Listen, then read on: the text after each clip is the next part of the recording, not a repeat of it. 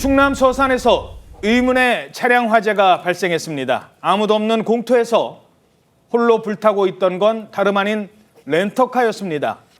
그런데 운전자는 흔적 하나 없이 마치 연기처럼 사라진 사건. 차는 왜 불탔고 과연 운전자는 어디로 간 걸까요?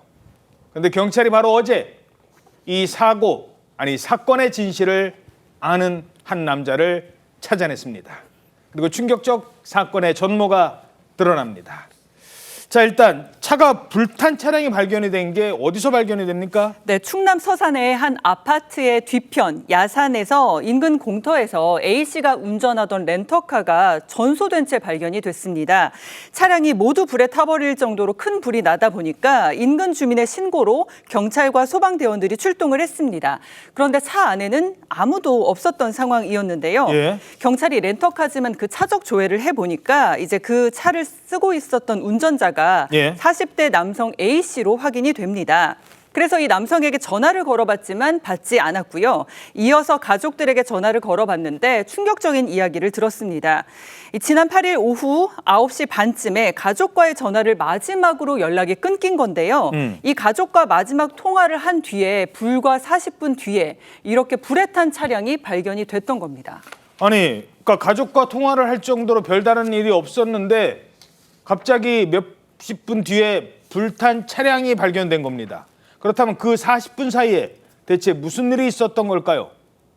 경찰이 본격적인 수사에 나섰고 결정적인 증거를 확보합니다.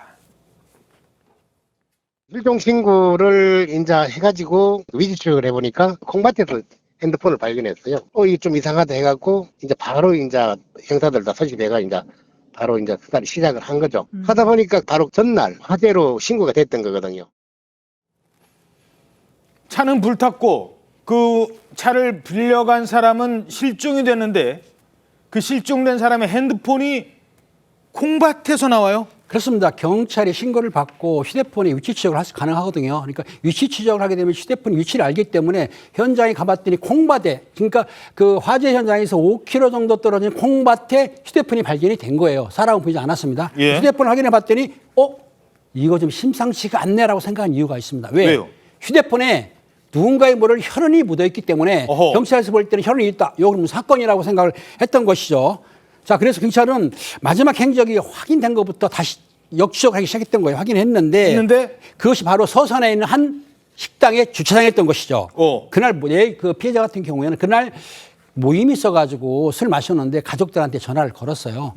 야, 대리기사들 불러달라. 아, 술 마셨으니까 운전 못하니까. 예. 그런데 문제는 이분이 술이 많이 취해가지고 그 장소를 말 못한 거예요. 못하고 일단 술 깨기 위해서 차량 앞좌석이 아닌 뒷좌석에 들어가서 잠시 쉬고 있었던 것이죠. 자, 그러니까 모임에 갔다가 이제 술을 마셔서 운전을 못하니까 가족들한테 대리 불러달라고 전화까지 했답니다. 근데 이제 워낙 술을 많이 마셔서 차 뒷좌석에서 잠깐 술 깨려고 뒷좌석으로 가서 눈을 붙이고 있던 그 사이 그 순간을 지켜보던 한 사람이 있었습니다. 그 사람이 이 미스터리한 사건의 열쇠를 쥔 범인이었습니다. 강도의 목적으로 갔다고 피의자가 이야기합니다. 서성이고 있다가 피해자가 이제 차를 타는 걸 보고 그 차를 이제 선택을 한 거죠. 피의자 말은 차가 좀 고급 차더라 이거예요. 좋은 차면은 아무래도 그래도 좀 돈이라도 이런 게 좀 더 있지 않나 그렇게 생각을 했다고 합니다. 그러니까 이 범인은 이미 범행 대상을 물색하고 있었습니다. 그러다가 마치 차 안에서 잠깐 쉬고 있던 피해자의 차량을 본 겁니다. 그리고 차에 들어왔어요. 근데 왜 하필 그 차였을까? 그 차를 고른 이유가 뭐라고요? 그러니까 그 차가 좀 좋은 차 같이 보여서였다라는 황당한 주장을 한 것인데요. 실제로 이 40대 피의자 같은 경우는 이미 계획을 하고 범행 대상을 물색하고 있었습니다. 흉기까지 소지한 채로 주변 식당가를 배회하면서 술에 취한 고가의 승용차를 타는 사람을 찾고 있었던 상황에서 피해자가 차량 뒷좌석으로 가는 것을 보고 이 곧바로 차 안으로 들어가서 10분여 만에 살해를 했다라고 하는데요. 이 차종은 국산 고급 세단으로 확인되긴 했습니다. 일단 그렇게 이제 피해자가 작가를 살해를 하고 곧바로 차량을 몰고 현장을 벗어났다고 하고요. 그 이후에 콩밭에 가서 피해자의 휴대전화를 버리고 나아가서는 이동해서 수변 인근에 피해자 시신을 유기까지 했고요. 나아가서 공터에 가서 이 피해자의 차량을 이제 방화라고 달아난 상황인데 그게 얼마나 걸렸다고요? 그러니까 살인부터 이 방화하고 피해자 시신을 유기한 총 시간은 모두 합해 32분에 불과했습니다. 그 주변에 살던 분도 아니었어요. 렌터카 빌려와서 모임에 있던 사람이었습니다. 범행 대상을 찾고 그리고 마지막에 차량을 불을 지르기까지 시신을 유기하고 증거 인멸하고 딱 32분 걸렸다는 겁니다. 자, 그리고 그 다음엔 뭘 했을까요? 경찰 설명 들어보시죠. 로또 사고 뭐 밥도 먹고 했다라고 그렇게 얘기하더라고요. 그 남은 게 이제 그 이제 57,000원 인터넷 도박을 했다고 하더라고요. 도박 빚인지 아닌지 어제 채무가 한 1억 천 정도가 있다고 얘기했습니다. 무방비 상태인 사람을 무참히 살해하고 그리고 빼앗은 돈, 그 돈으로 복권 샀답니다. 밥을 먹었대요.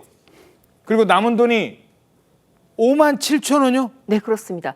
사실 이 범인이 훔친 돈이 얼마였냐면은 이 피해 남성의 지갑에 들어있던 12만 원이 전부였습니다. 12만 원이 전부였어요? 그렇습니다. 이 12만 원으로 이 용처가 정말 황당한데 지금 말씀하신 대로 로또 복권 사고 그리고 식사를 했다고 합니다. 그리고 남은 돈이 이제 57,000원인데 이거 이제 경찰이 압수한 상태고요.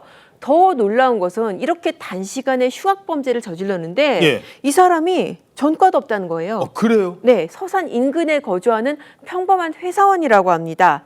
다만 이제 이 범행 동기가 도대체 뭐냐 보니까는 평소에 이제 도박 빚으로 아까 그 경찰 설명대로면 빚이 한 1억 천 정도 있다는 것이죠. 그래서 뭐 생활고를 겪어왔다 그렇게 주장을 하고 있다고 합니다. 도박빚 때문에 이런 일을 저질렀다라고 했는데 그냥 닥치는 대로 아무차나 보고 사람 있으니까 그래서 사람 목숨과 바꾼 돈이 현금 12만 원?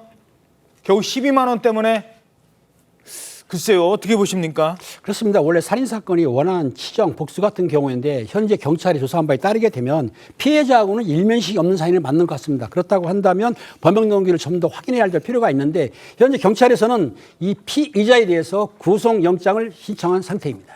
예.